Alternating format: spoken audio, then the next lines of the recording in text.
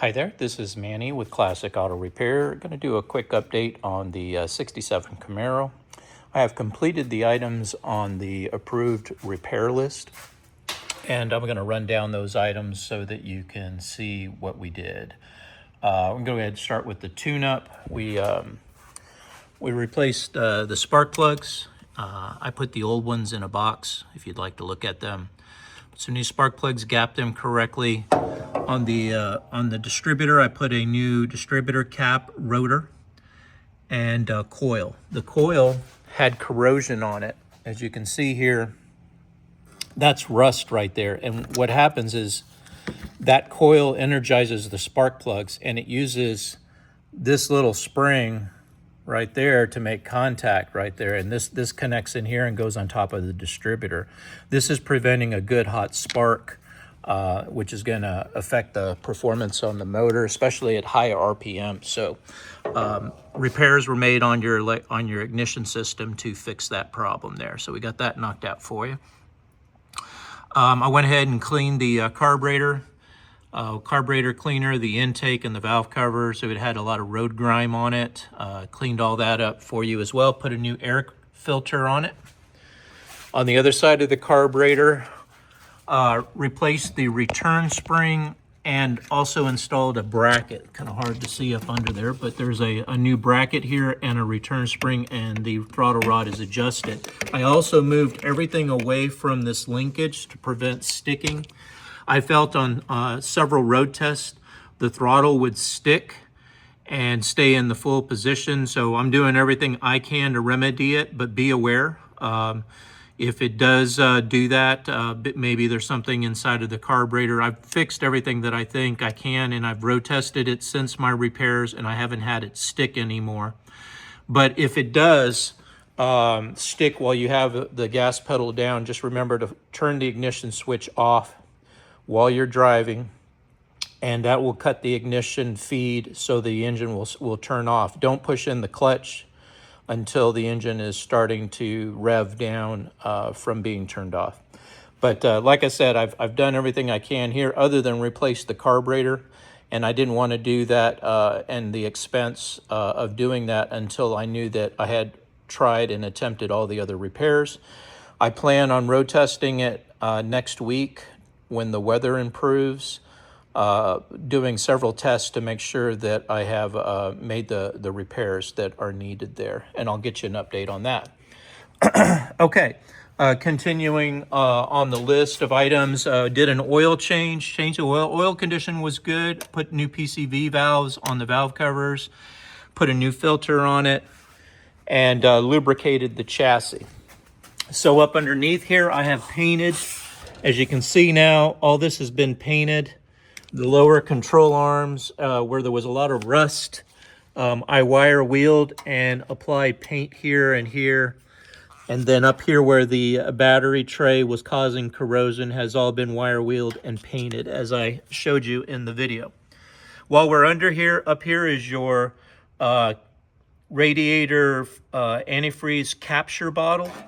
What this does is it takes any overflow that comes out of your radiator, and instead of letting it dump on the ground, it goes and goes into this bottle. And then at night or when the engine cools down, it through vacuum, it sucks the antifreeze back up into the radiator. So it's a way, all new modern cars have this feature.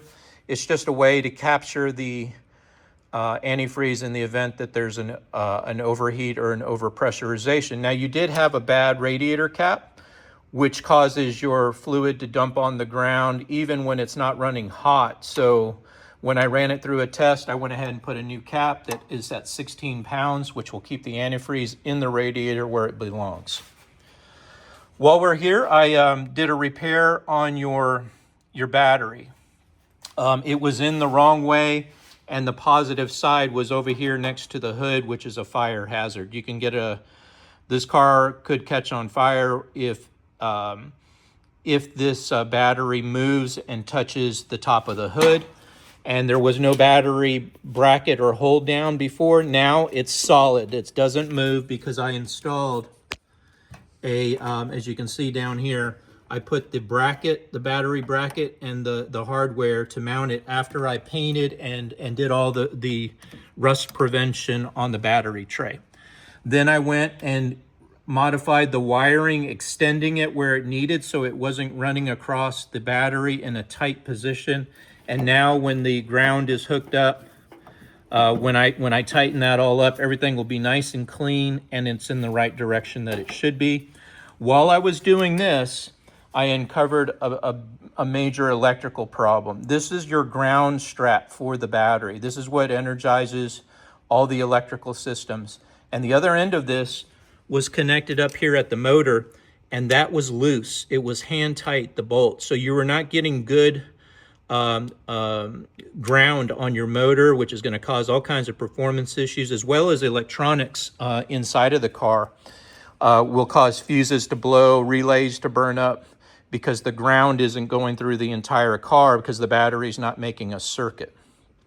So I remounted the ground on the battery up here and made sure that was a good solid contact, and now everything is performing the way that it should there.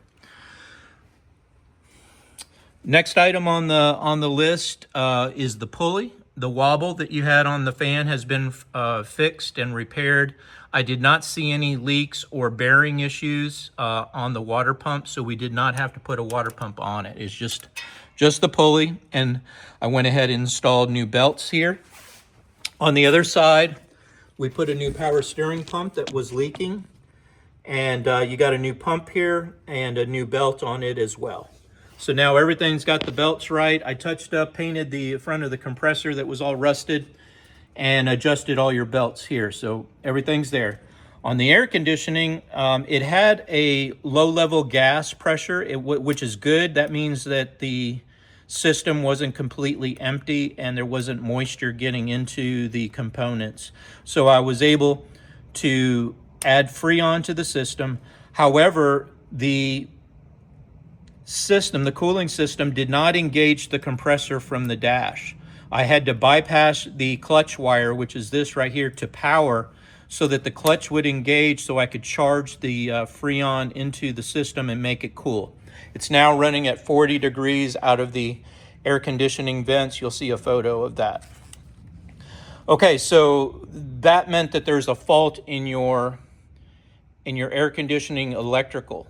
And I traced this wire all the way through the system, up underneath the dash, and found that the micro switch that is in the aftermarket control head, this is a replacement part right here. Inside of here on the back side is the components that make the air conditioning switch on the compressor. That micro switch fails all the time. Unfortunately, I cannot get the parts to fix it.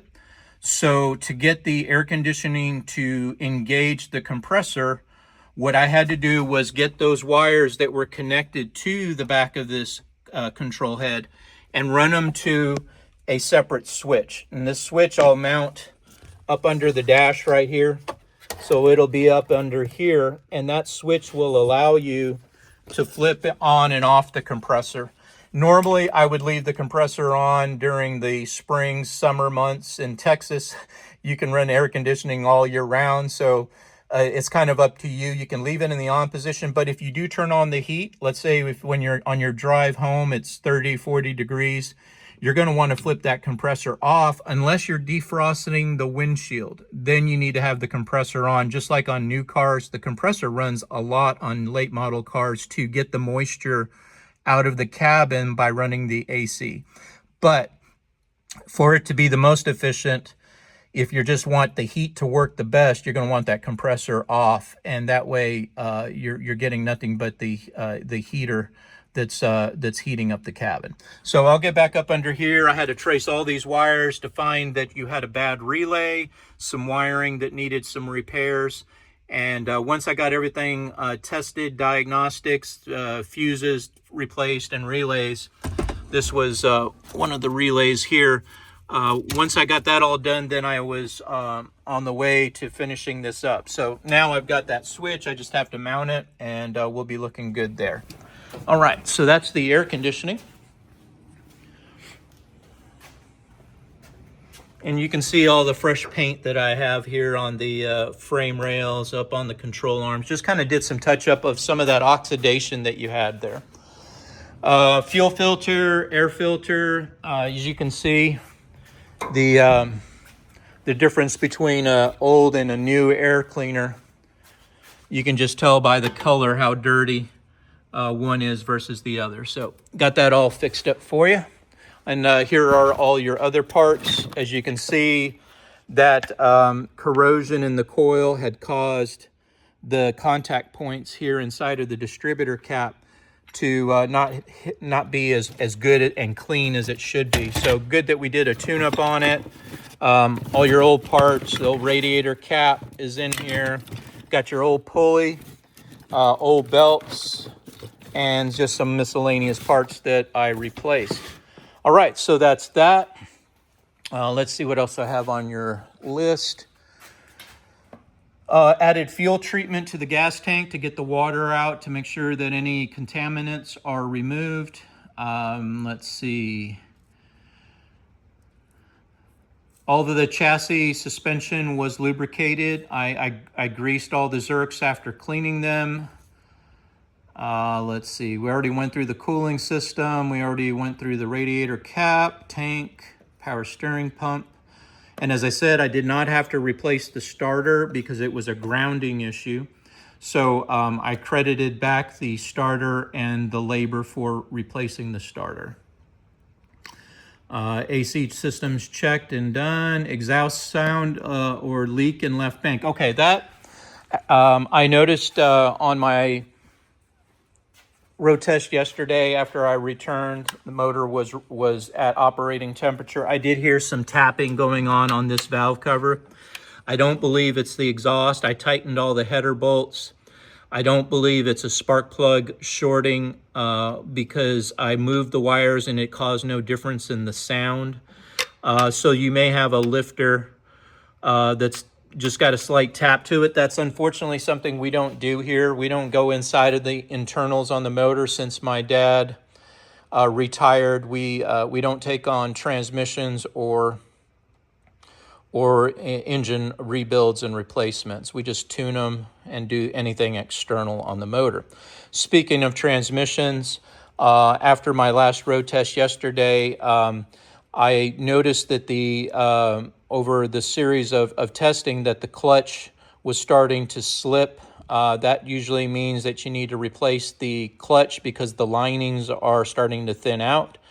I only noticed it under excessive launches, like when I was taking off from a standstill, trying to make sure everything was running right. Then I could feel a little bit of slipping. I think if you rode it without, gunning the car, that you're going to be fine for a little while, but you want to put that on your radar that you'll need to get it in for a clutch replacement, sooner than later. And unfortunately, right now, I don't have anyone to refer you to because we used to do all of our own transmission work here. So if I do come up with somebody, I'll let you know. All right, so that was that. On the exhaust pipe back here on the back right side, I installed some new hardware that